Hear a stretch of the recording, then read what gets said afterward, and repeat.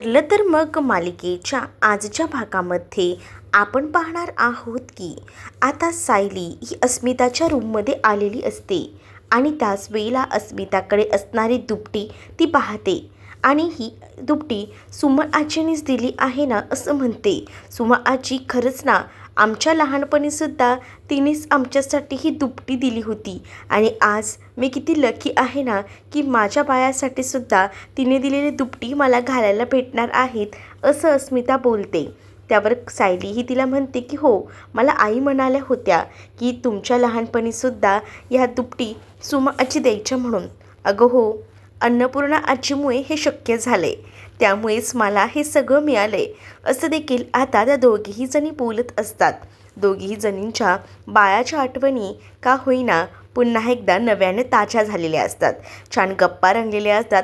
सचिनला नुकताच त्या पैशांबद्दल कॉल येऊन गेलेला असतो, म्हणून सचिन हैराण असतो. त्यातच या दोघींची चाललेली बडबड आणि या सगळ्या गोष्टींना आता त्याला नकोशा झालेल्या असतात आणि म्हणूनच ना आता मात्र तो रूममध्ये आलेला असतो आणि तो म्हणत असतो की अस्मिता, तू जरा बाहेर जातेस का? जर तुला बोलायचं असेल तर, इथे माझं काम चालू आहे. त्यावर आता अस्मिताला कळतं की ह्याचा टोन जो आहे तो जरा वेगळा आहे आणि त्यामुळेच ना आता अस्मिता थोडी घाबरते आणि त्यानंतर मात्र सायली जी आहे ती बोलत असते की खरं तर ना मीच बाहेर जाते, तुम्ही आराम करा अस्मिताताई, आणि असं बोलून ती आता बाहेर जायला निघते. तर दुसरीकडे आता अस्मिताला वाईट वाटतं, पण अस्मिता ती दुपटी घेऊन शांत बसलेली असते. जरी तिच्यासोबत सचिन असला तरी सचिनचं वागणं हे थोडं वेगळं वाटत होतं तिला. आता इकडे अर्जुन आलेला असतो कामावरनं थकून आणि त्याच वेळेला आता उद्याच्या केसचा सुद्धा त्याच्या डोक्यात विचार सुरू असतो. त्याला आता त्या डेड बॉडीचा आणि या सगळ्याचा शोध घेण्यासाठी जायचं असतं आणि त्याचसाठी मॉर्गमध्ये जाण्यासाठी त्याची तयारी सुरू असते. एवढ्यातच त्याला चैतन्याचा कॉल येतो आणि चैतन्य त्याला कॉल करून सांगतो की मी इन्फॉर्मेशन काढली आहे आणि उद्या आपल्याला सावंत इन्स्पेक्टरकडनं सुद्धा परमिशन मिळाली आहे मॉर्गमध्ये जायची, त्यामुळे टेन्शन घेऊ नको. आणि तसंही कोर्टाकडूनही परमिशन मिळवली आहे, त्यामुळे आपण उद्याच हे काम करायचं असं तर आता नक्की झालेलं असतं. मग आता बस झालं, चला फायनली आपण उद्या हे काम करून घेऊया. पण या सगळ्याबद्दल तन्वीला तर माहीत नाही आहे ना? नाही, नको काळजी करू, सायलीने ते बरोबर हँडल केलेलं आहे, याबद्दल काहीच माहीत नाही आहे तन्वीला आणि कळणारसुद्धा नाही, तू काळजी करू नकोस असं देखील आता म्हटलं जातं. आणि त्यानंतर मात्र आता फोन ठेवला जातो. दुसरीकडे आता सायली विचारत असते की काय झालं. त्यावर अर्जुन सांगतो की काही नाही, उद्या आता मॉर्गला जायची परमिशन मिळाली आहे, आता सगळ्याची शहानिशा होईल नक्की काय आहे आणि काय नाही ते, आणि त्यामुळेच ना सगळ्याच गोष्टी सुटतील. त्यावर आता सायली ही म्हणत असते की मीही तुमच्यासोबत आहे, काळजी करू नका, आपण नक्कीच ना काहीतरी मार्ग काढूया असंही आता ठरलेलं असतं. तर दुसरीकडे मात्र आता पाहायला मिळतं अर्जुनला झोप लागत नसते. त्याला ना सतत ना अस्मिताचे विचार त्याच्या डोळ्यासमोर फिरत असतात. अस्मिता ओके तर असेल ना, पण त्याच वेळेला त्याला झोप लागत नाही म्हणून तो उठून आता पाणी पितो. जेव्हा तो आता उठून पाणी पित असतो तेव्हा सायलीही झोपलेली नसते. सायलीही उठून बसते. जेव्हा अर्जुन मागे बघतो तेव्हा त्याला सायली जागी आहे हे दिसतं. तर तो आता सायलीला विचारतो की हे काय बायको, तू झोपलीस नाही का? त्यावर तुम्ही तरी कुठे झोपले आहात, तुम्हीही जागेच आहात ना, म्हणूनच मीही तुमच्यावर लक्ष ठेवते, काय झालं आहे नेमकं सांगा ना, काही झालं आहे का? त्यावर मात्र अर्जुन म्हणतो की कुठे काय, काहीच नाही. आणि तेवढ्यातच अर्जुन जो आहे तो मात्र सायलीला म्हणत असतो की तू झोप ना, तू का जागी राहिली आहेस? मग आता त्या दोघांमध्ये थोडीशी अशी टॉम अँड जेरीची भांडणं होत असतात. म्हणजेच काय तर तुम्ही झोपा, तुम्हाला काय करायचं आहे, मी झोपते ना, मला झोप येते, मी झोपते, असं काहीच त्यांच्यामध्ये तू मे होतं. आणि त्यानंतर मात्र आता अर्जुन सायलीला बोलत असतो की रात्री उशिरा झोपले ना की सकाळी कशी मस्त अशी झोपही पूर्ण होते आणि गाढही झोप लागते, काय वाटतं तुला? असं म्हटल्याबरोबर सायली आता म्हणत असते की तुम्ही ना तुमच्याकडेच ठेवा ती फिलॉसॉफी आणि तुम्हाला काय करायचं आहे ना ते करा, मला आता माझं झोपू दे असं देखील आता ती म्हणू लागते. आणि जेव्हा ती आता हे सगळं बोलते ना तेव्हा मात्र आता ती ब्लँकेट अंगावर घेते आणि एकटीच ना तिकडे झोपी जाते. जेव्हा आता ती एकटीच झोपी जाते तेव्हा मात्र आता कळतच नसतं की काय करावं ते. कारण आता दोघांनाही एकमेकांशिवाय करमत नसतं. किती काही म्हटलं तरी दोघंही जण एकमेकांशिवाय राहू शकत नसतात आणि तसंच झालेलं असतं. दोघांनाही करमत नसतं आणि म्हणूनच ना दोघंही जण एकमेकांकडे पाहून हसत असतात. तर दुसरीकडे मात्र आता सकाळ झालेली असते आणि आता सुमन आपल्या रूममध्ये आलेली असते. सुमन रूममध्ये येऊन पाहते तर काय, नागराज ना झोपेमध्ये काहीतरी बडबडत असतो. म्हणजेच तो महिपतला म्हणत असतो की तू कुठेही जायचं नाही, माझ्या समोरच बसून राहायचं, असं सगळं काही. आणि जेव्हा या सगळ्या गोष्टी सुमन ऐकते तेव्हा सुमनही विचार करते की हे कोणाबद्दल बोलत आहेत, कोणाशी बोलत असतील हे. आणि त्यानंतर मात्र ना ती आता नागराजला उठवते. नागराज जेव्हा उठतो तेव्हा नागराज इकडे तिकडे पाहतो आणि तेव्हाच ना आता नागराज म्हणत असतो की काय ग, तू काय करतेस इथे? तुम्ही काय बोलत होतात झोपेत? कोणाला ओरडत होतात ते सांगा, असं आता सुमन नागराजला विचारू लागते. त्यावर नागराज म्हणतो, कुठे कोणाशी काय बोलत होतो, काय झालं आणि तू काय करतेस आणि तुझ्या गळ्यातलं मंगळसूत्र कुठे, असंच तो मुद्दामून ना विषय बदली करून तिला विचारू लागतो. त्यावर मी माझं मंगळसूत्र कुठे काढून ठेवायचं आणि काय नाही ना ते मी माझं बघेन, आणि मुळात आहे ना मंगळसूत्राबद्दल तुम्ही कशाला मला विचारताय, हा प्रश्न सुमनलाही पडलेला असतो. कारण सुमनलाही माहिती आहे की हा माणूस आहे ना कसा आहे ते. म्हणून सुमन ना त्याला जास्त किंमतही देत नसते. म्हणजे सुमन आता म्हणते की तुम्हाला एवढ्या त्या मंगळसूत्राचं महत्त्व वाटतं तर तुम्ही त्या महत्त्वाप्रमाणे काम करता का? एक नवरा म्हणून तुम्ही कितपत योग्य आहात ना हे मला चांगलंच माहिती आहे. आणि त्यामुळे ना तुम्ही मला त्या मंगळसूत्राचं महत्त्व आणि या सगळ्या गोष्टी सांगूच नका, असं देखील सुमन आता त्याला दटावून बोलत असते. आणि जेव्हा हे सगळं काही ती बोलते ना तेव्हा मात्र आता इकडे सुमनला तो म्हणत असतो की मला चहा हवा आहे. चहा ना, थांबा ना, भेटेल ना तुम्हाला तुमचा चहा, पण माझा हात सोडा. काय हात सोडा? तू ना आजकाल जास्त करायला लागली. तुम्ही कोण आहात हो माझ्यावर हक्क सांगणारे आणि करणारे? तुम्ही आधी काय बघताय ना ते बघा. माझं काय करायचं ना ते मी बघते. आणि मुळात आहे ना या घरावर माझा हक्क आहे, जितका तुमचा हक्क आहे ना तितकाच. त्यामुळे मला घराबाहेर काढण्याचा सुद्धा विचार करू नका, असं देखील आता ठामपणे इथे सुमन सांगू लागते. सुमन बोलते आणि तिकडनं निघून जाते. तर आता सुमन तिकडनं निघून गेल्यानंतर नागराज म्हणत असतो की हिचं ना जरा जास्तच वाढलेलं आहे. ही आधी एवढी बोलायची नाही, पण आता ना ही खूप जास्त बोलायला लागली आहे, असं देखील आता नागराज बडबड करू लागतो. सुमन पण इथे किचनमध्ये विचार करत असते की माझ्या गळ्यात मंगळसूत्र नाही आहे. यांचं बरोबर लक्ष केलं की माझ्या मंगळसूत्राचं गायब होण्यामागे सुद्धा यांचाच हात आहे का, असा कुठेतरी विचार ना सुमनच्या मनामध्ये येऊ लागतो. बरोबर आहे सुमनच्या मनामध्ये असे विचार येणं, कारण तिलाही माहिती आहे की तिचा नवरा काय चीज आहे आणि कुठच्याही थराला जाऊ शकतो. या सगळ्या गोष्टी तिला आता कळत असतात. दुसरीकडे आता सायली रूममध्ये येते तरी अर्जुन अजून झोपेतनं उठलेला नसतो. सायली ते अर्जुनला उठवत असते आणि अर्जुनला म्हणत असते की उठा ना, काय झालं आहे, उठा, तुमची झोप झाली नाही आहे का? नाही, खरं तर ना रात्रभर मी अस्मिताईचा विचार करत होतो, त्यामुळे ना झोप झाली नाही. का? अस्मिताईचा विचार कशाला करताय? अस्मिताई ठीक आहे, तुम्हाला मी किती वेळा सांगितले, अस्मिताई एकदम मजेत आहेत, तुम्ही नका काळजी करत जाऊ अस्मिताईची, असं देखील आता सायली अर्जुनला सांगून समजावू लागते. मग आता अस्मिताच्या बद्दल सायलीला कसं सांगणार हा मेन प्रश्न अर्जुनचा असतो. कारण अर्जुन स्वतः सचिनला पाहिलेलं असतं त्या मुलीसोबत आणि त्यामुळे ना त्याच्या डोक्यामध्ये सतत तेच विचार फिरत असतात.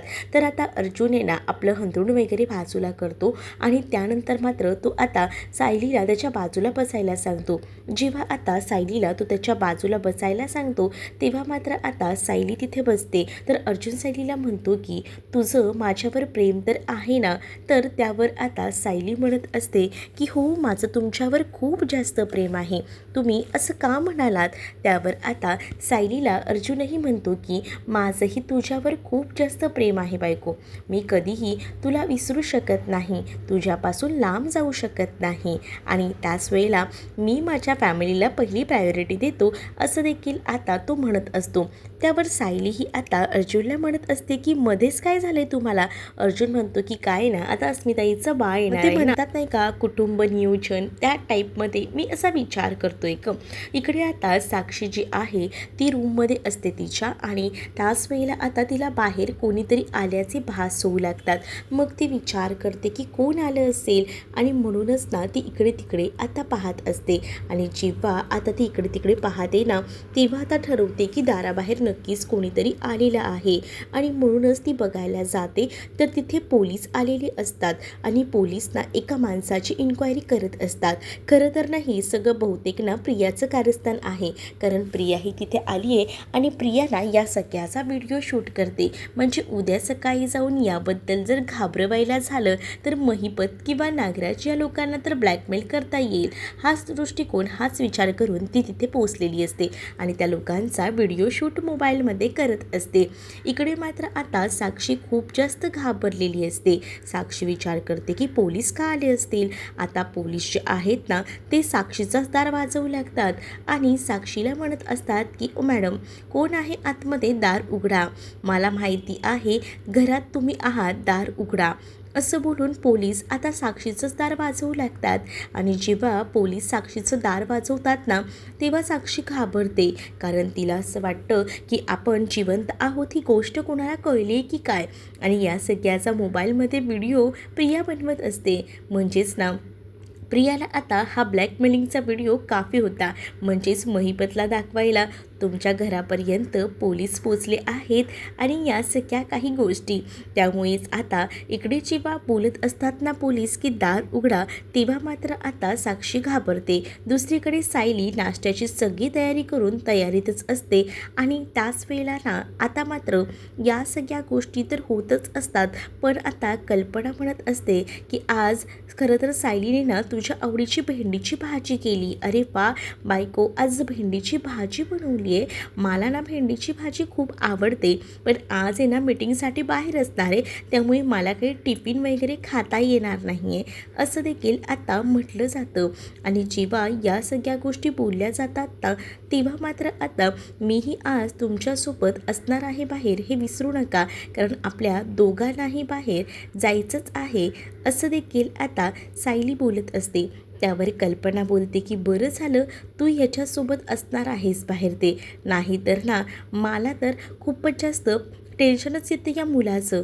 हा टाईम टू टाईम खातोय की नाही हेच मला कळत नसतं. आणि त्यावर ना आता अस्मिताई अजूनही आलेली नाही आहे. मग अस्मिताई कुठे गेली असेल असा विचारच ना आता मात्र सुरू असतो. मग अस्मी कुठे गेली असेल हा विचारच करत असताना ती अजूनही रूमच्या बाहेर आलेली नाही हे सुद्धा आता कळून चुकलेलं असतं अर्जुनला. मग तिला बरं वाटत नाही आहे का अस्मिता आणि सचिन भाऊजी दोघंही जण एकत्रच येतील मला माहिती आहे. म्हणजे ना मला वाटतंय की ते दोघंही जण आले ना एकत्र का मग टेन्शन नाही ना, म्हणूनच म्हटलं. पण आता अर्जुनला राहवत नसतं. अर्जुनला असं वाटतं की नक्कीच ना काहीतरी गडबड आहे आणि यासाठी तो स्वतः अस्मिताला नाश्ता घेऊन जायचं ठरवतो. मग आता तो स्वतः किचनमध्ये सगळं काही घेतो आणि नाश्त्याचं सगळं सामान घेऊनच तो आता गेलेला असतो. तर आता अस्मिता आपल्या रूममध्ये बसलेली असते. अर्जुन तिला विचारतो, ताई आतमध्ये येऊ का?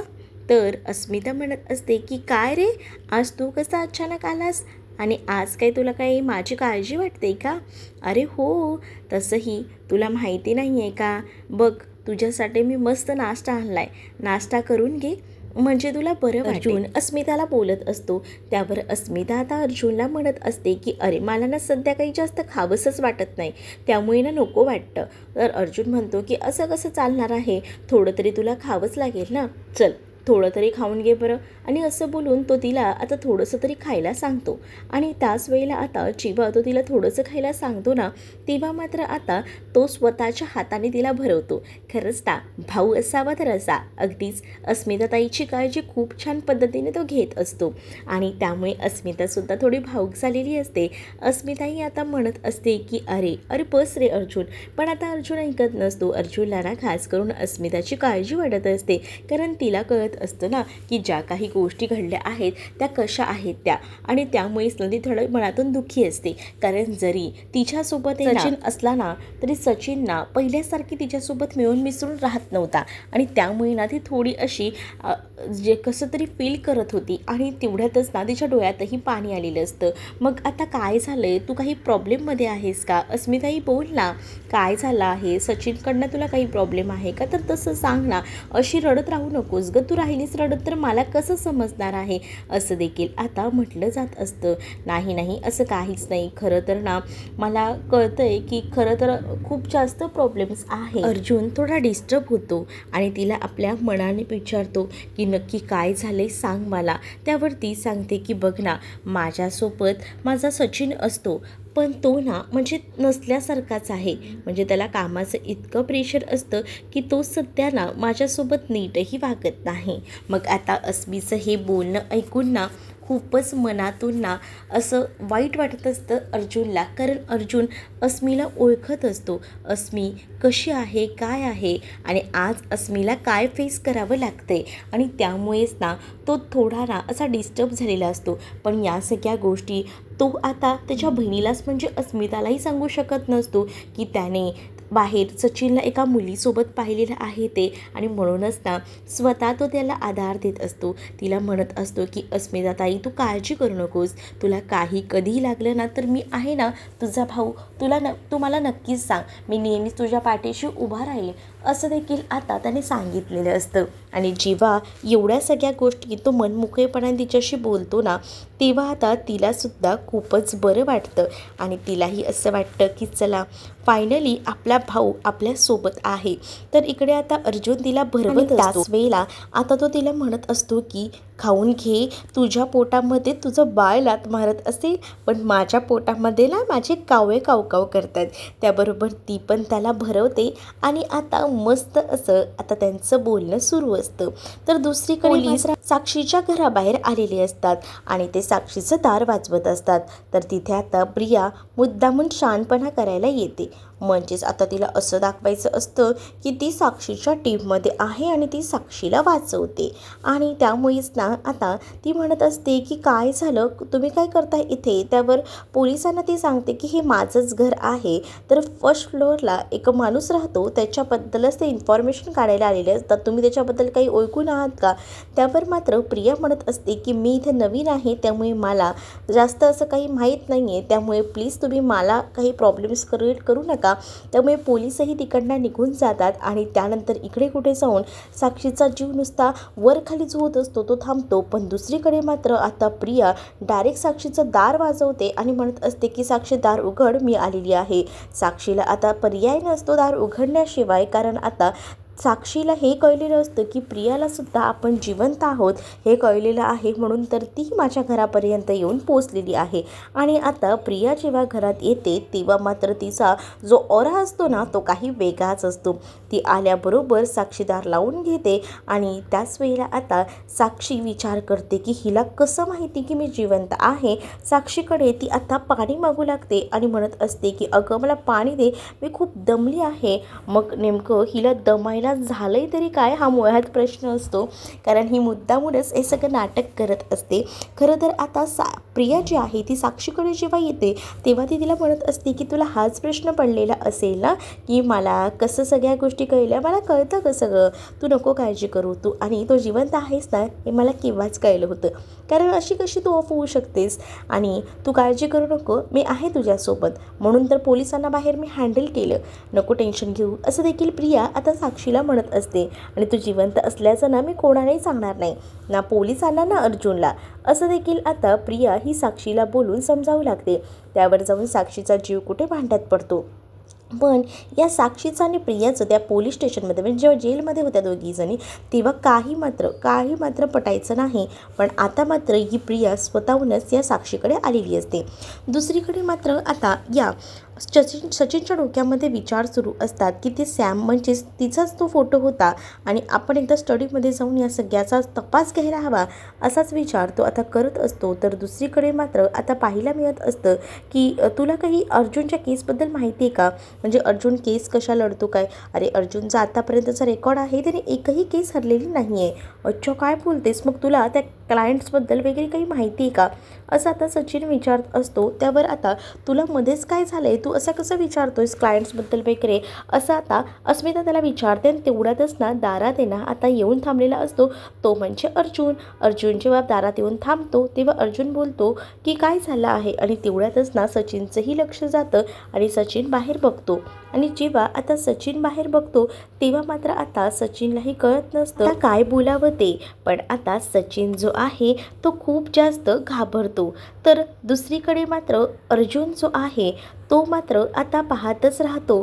त्याला आता डाऊट आलेला असतो. पुढील भागामध्ये पाहायला मिळतं यांना त्या हॉस्पिटलचं CCTV हाती लागलेलं असतं आणि त्यामुळेच ना आता मात्र CCTV हाती लागल्यामुळे बऱ्याच गोष्टी ज्या आहेत ना त्या क्लिअर होत असतात. पण हा जो मनुष्य आहे जो डेड बॉडी घेऊन जातोय त्या मनुष्याला शोधायला हवं आणि त्याच्याकडनंच आपल्याला बऱ्याच गोष्टी कळतील असं देखील आता अर्जुन बोलत असतो आणि सायलीसुद्धा. मग आता तो नागराज आहे याचा तपास ही लोक कसं घेतील हे येणाऱ्या भागामध्येच आपल्याला पाहायला मिळेल.